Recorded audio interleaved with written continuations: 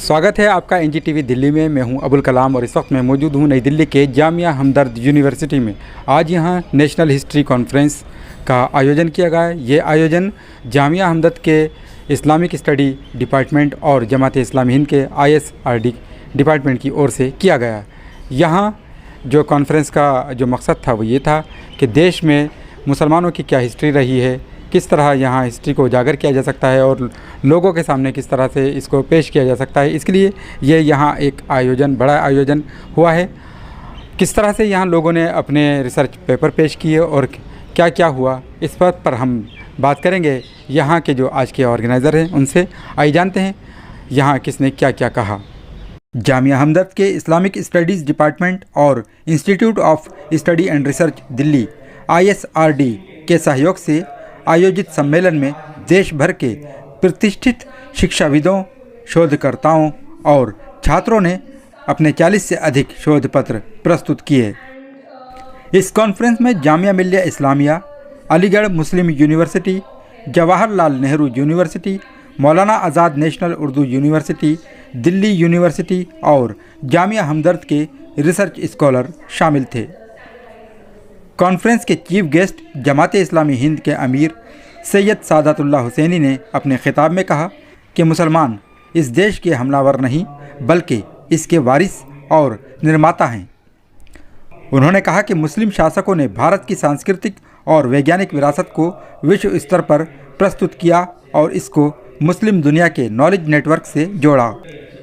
वहीं जामिया हमदर्द के vice chancellor professor Mohammad अफशार आलम ने दिल्ली में मुस्लिम शासन के विभिन्न युगों पर प्रकाश डाला और बताया कि कैसे दिल्ली हिंद इस्लामी संस्कृति का केंद्र बनी। इसमें हमारा मकसद ये है कि हम आर्किटेक्ट में ज़्यादा बात करें। इस्लामिक आर्किटेक्ट है, कैसे वो इंडियन आर्किटेक्ट से मिक्स किया, क्या उनकी पुरानी हिस्ट्री है, तो उसी के बारे में ये सेमिनार था। खुसरो फाउंडेशन के संयोजक और उर्दू फारसी के विद्वान डॉक्टर हफीजुर रहमान ने इतिहास लेखन के विभिन्न प्रवृत्तियों पर चर्चा की और इस्लामी इतिहास के लेखन की निष्पक्षता और वास्तुनिष्ठता पर जोर दिया।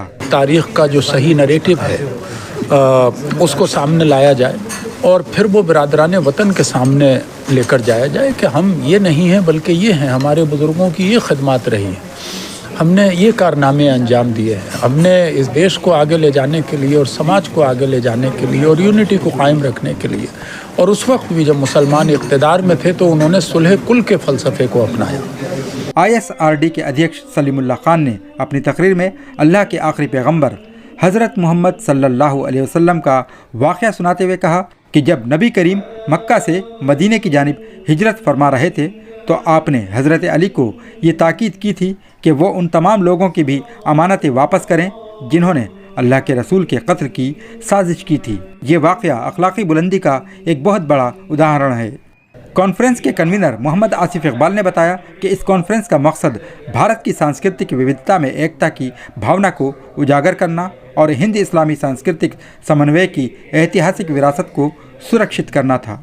इस कॉन्फ्रेंस में हमने इस बात का जायज़ा लेने की कोशिश की है कि क़ुरून वस्ता में या मिडीवल पीरियड में मुसलमानों ने मुल्क की तामीर तरक्की में किस तरह से अपना रोल प्ले किया है। तो उसके हमने डिफरेंट और सब थीम्स सेलेक्ट किए थे, जिसमें से तकरीबन 13 सब थीम्स के ऊपर हमारे पास 82 एब्स्ट्रैक्ट आए थे और उन 82 एब्स्ट्रैक्ट्स में से फिर हमने उसको स्क्रीनिंग कमेटी के तहत उसको सिलेक्शन किया। तो तकरीबन 40 अबव हमने उसको फुल पेपर लिखवाने के लिए कहा गया। फिर उसके बाद हमने उन पेपर्स को लिखवाया और अराउंड 40 पेपर्स जो है आज डिफरेंट 5 एकेडमिक सेशंस के अंदर वो प्रेजेंट किए गए। कॉन्फ्रेंस में जमात इस्लामी हिंद के असिस्टेंट सेक्रेटरी डॉक्टर शदाब मूसा ने भी इस विषय पर काफ़ी अहम बातें रखीं। आखिर में जमात इस्लामी हिंद के vice president professor Mohammad Salim ने तमाम ही रिसर्च पेपर पेश करने वाले स्कॉलर्स को सर्टिफिकेट दिए।